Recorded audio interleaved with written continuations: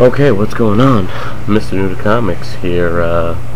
This is my first video. I have done videos on other channels. This is my first video for this channel, and I'm going to start it off with a review of the New 52. I'm going to do 3 books in each of the following 3 videos. It's going to be 3-parter. The first one is going to be, here we go, Justice League #1, written by Jeff Johns and drawn by Jim Lee.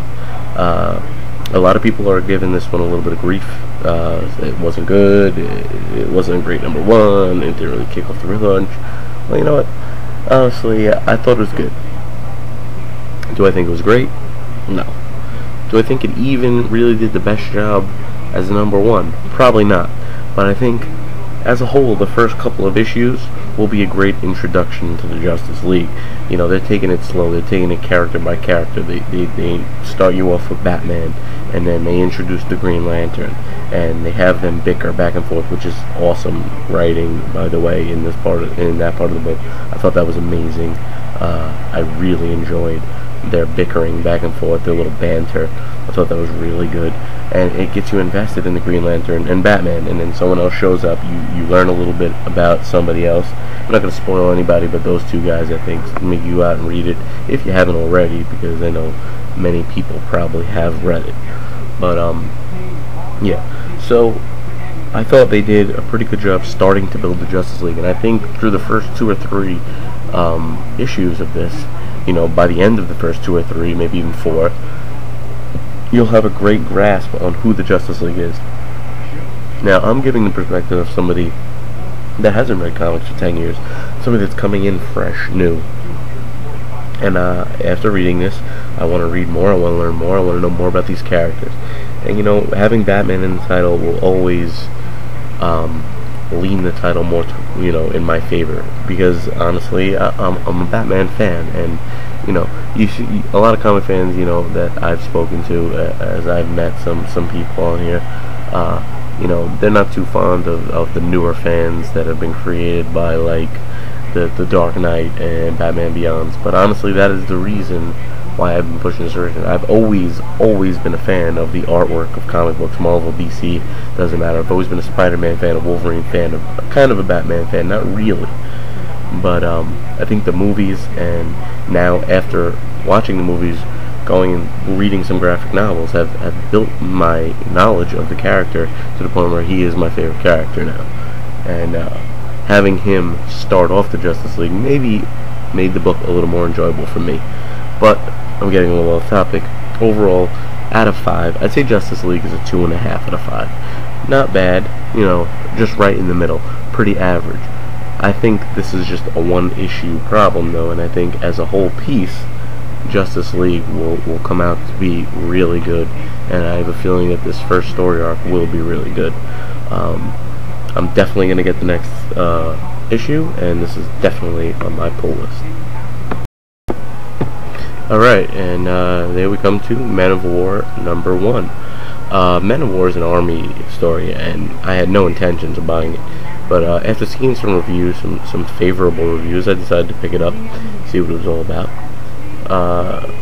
And you start off, you learn about Corporal Joseph Rock, and how he is, he just has never really used all his potential. He's never really elevated himself to the next level. I think the writing in the early part of this book is very good, the back and forth between Sergeant and Corporal. And I think it helps you learn about who Rock is without giving away some of the secrets that are obviously a part of his being and a part of his past.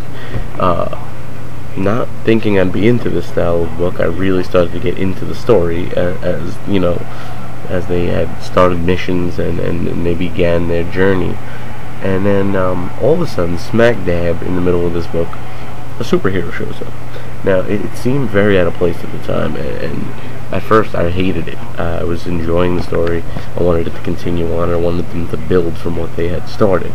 But now that I think about it, they could do some things with that, and they could really build on that, and it could be great. Now, don't get me wrong, it could be just as bad as I initially thought it was. But not trying to be too negative on the book. I really like the book regardless. And even though the artwork isn't amazing in this, it's okay. Not really great.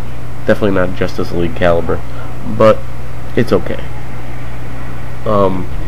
Overall, I think just because of how much I really enjoyed a book that I didn't think I would like, this book for me definitely gets a 3.5 out of 5. Not great, but very good, and definitely worth at least a read if you feel like you want to try something new, try something a little different, and just another tie-in with the DC universe. So I'm definitely going to get issue number 2 of this, see where the story goes, and this was definitely worth the money. So Man of War number 1, very good. Okay, and that leaves us with one more for this video, and this one of this bunch is by far the best, and maybe the best of the week in my opinion. This brings us to Gail Simone's Batgirl. Now, a lot of people have been giving this title slack since they heard from the beginning that Barbara Gordon would be taken out of the wheelchair and put back into the role of Batgirl. Now, I maybe am not as invested enough to have that really get to me, because I didn't really get to know the Oracle character and how much she, helped Batman and was a part of the Batman universe. So maybe me not being used to that made me enjoy this a little more than others. But personally, I think this is a great story so far to start.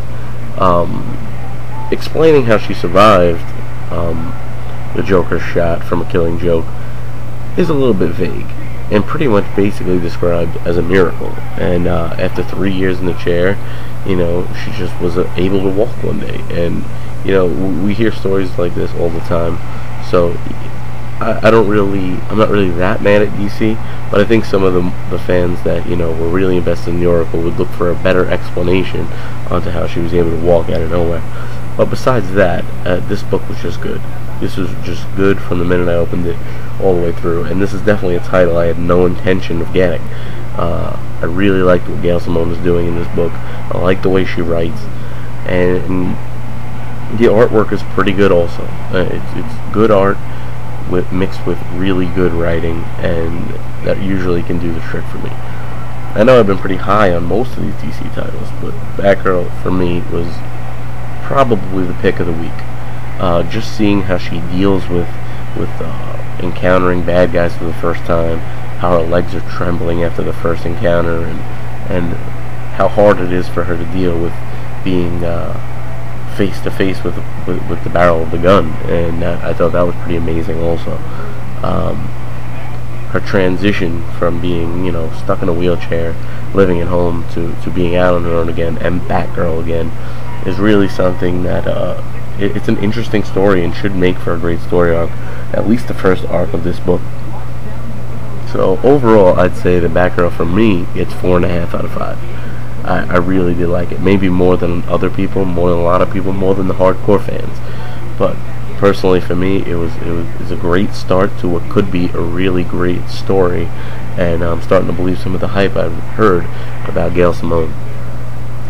So this is definitely on the pull list. This is definitely going to be something I get next week. And with that said, thanks everybody for listening. This is Mr. New to Comics, and I'm out.